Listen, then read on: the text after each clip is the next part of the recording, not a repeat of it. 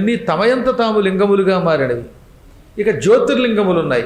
వాటిల్లో నా దివ్యమైన పాలనేత్ర అగ్ని, మూడవ కన్నులో ఉన్న అగ్ని చేరింది. అవన్నీ జ్యోతిర్లింగాలు. ఈ జ్యోతిర్లింగాలు 12 కూడా అపూర్వ శక్తి కలిగినవి. ఇంటి దగ్గర బయలుదేరి 12 లింగములు ఇంటికి వెళ్లకుండా చూడగలిగినటువంటి వాడు ఇంక ఎప్పటికీ జన్మ ఎత్తడు. తల్లి యొక్క స్తన తాగవలసిన అవసరం లేదన్నారు.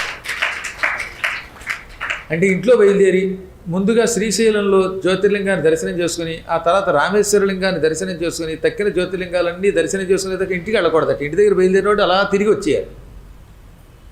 ఒక్కొక్క చోట ఒక్కొక్క రాత్రి అయినా నిద్రపోవాలి. మళ్ళీ వెళ్ళాం కదా అని టింగ్ టింగ్ టింగ్ అని విమానంలో పరిగెత్తుకెళ్ళి అలా హాయ్ అని పైనుంచి పలకరించి వెళ్ళిపోవడం కదట. అన్ని జ్యోతిర్లింగాల్లో ఒక రాత్రి అయినా నిద్రపోవాలట. దానికి ఒక క్రమం ఉన్నది. ఈ ద్వాదశ జ్యోతిర్లింగ యాత్ర అనేది ఇంటి దగ్గర నుంచి బయలుదేరి మళ్ళీ ఇంటికి రాకుండా చేయటం అనేది కొంచెం కష్టమే. శివుడు పరీక్షిస్తాడు, ఆ పరీక్షలో నెగ్గాలి. అలా చేస్తే వాడు నందీశ్వరుడి కంటే ఎక్కువ నాకు ఆత్మీయుడు అవుతాడని చెప్పాడు ఈశ్వరుడు.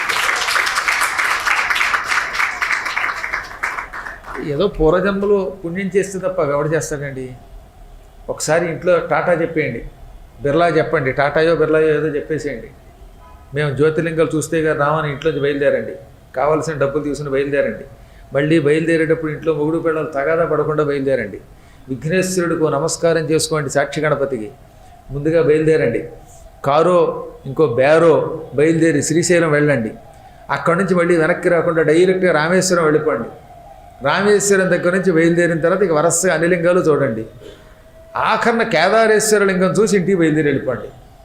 ఇది సాధారణంగా కేదారేశ్వర లింగం వైశాఖ మాసం నుంచి కార్తీక మాసం వరకు ఉంటుంది కాబట్టి ఆ రోజుల్లోనే తిరగాలి. ఇప్పుడు బయలుదేరుతామంటే కుదరదు, కేదారం దొరకదు, ఇంట్లో కేదారాలు తప్ప.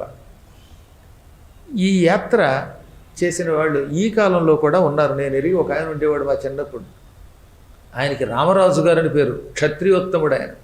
ఈ ద్వాదశ జ్యోతిర్లింగాలు ఈ విమానాలు లేని రోజుల్లో, ఇంత సౌకర్యాలు లేని రోజుల్లో, అసలు హైదరాబాద్కి విమానం ఎక్కడుందండి విజయవాడకి మధ్యలో? అటువంటి రోజుల్లో మా చిన్నప్పుడు 1977వ సంవత్సరంలో మేము వింతగా చెప్పుకునేవాళ్ళం.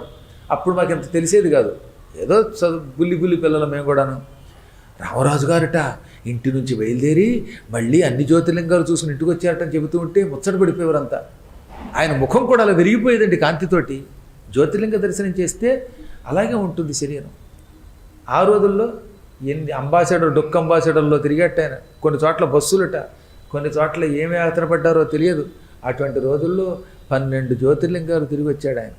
ఆయనకి దానికి 2 నెలలు పట్టింది మొత్తం మీద. ఆ రోజుల్లో 2 months బయట తిరిగాడు ఆయన. ఇప్పుడు అంత కష్టపడక్కర్లా. డెహ్రాడూన్ దాకా ఫ్లైట్ ఉంది కదా, టైట్ షెడ్యూల్ కూడా మనం వెళ్ళొచ్చేయచ్చు.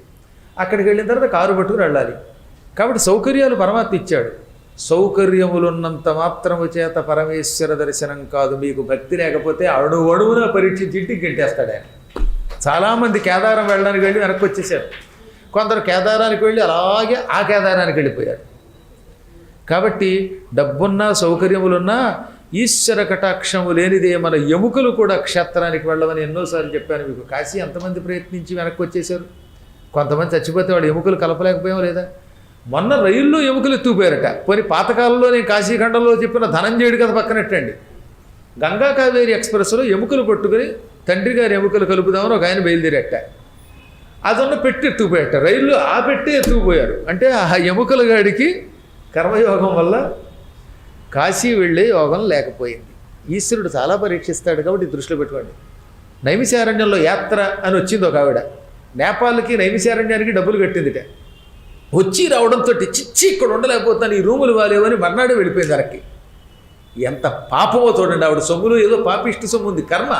అటువంటి కర్మయోగం ఉన్నటువంటి వాళ్ళకి పూర్వజన్మ దుష్కృతంతో పుట్టినటువంటి వాడు ఎంత గింజుకున్నా నైమిషారణ్యంలో ఉండలేడు, ద్వారకలో ఉండలేడు. కానీ భక్తి కలిగినటువంటి వాడు పూర్తిగా ద్వారకలో ఉండగలిగారు. సౌరాష్ట్రంలో సోమనాథలింగం చూడగలిగారు. గురువుగారు వెనకే ఆటోల్లో కొందరు రాగలిగారు. నాకంటే ముందేళ్ళు చూసి ఇంటికి తిరిగి రాగలిగారు వాళ్ళు. అది యోగం.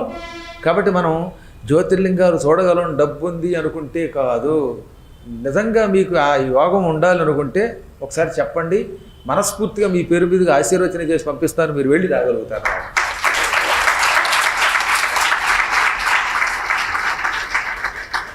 అవి చూస్తే మాత్రమట ఇక వాడు చెప్పాడు, నందీశ్వరుడి కంటే వాడు గొప్ప ఇష్టుడు అవుతాడు ఈశ్వరుడికి. పరమేశ్వరుడు స్వయంగా చెప్పాడంటే, వేదవ్యాసులు వారు దాని పురాణ రూపంలో చెప్పారంటే ఇంక అంతకంటే ప్రమాణం ఏమున్నది.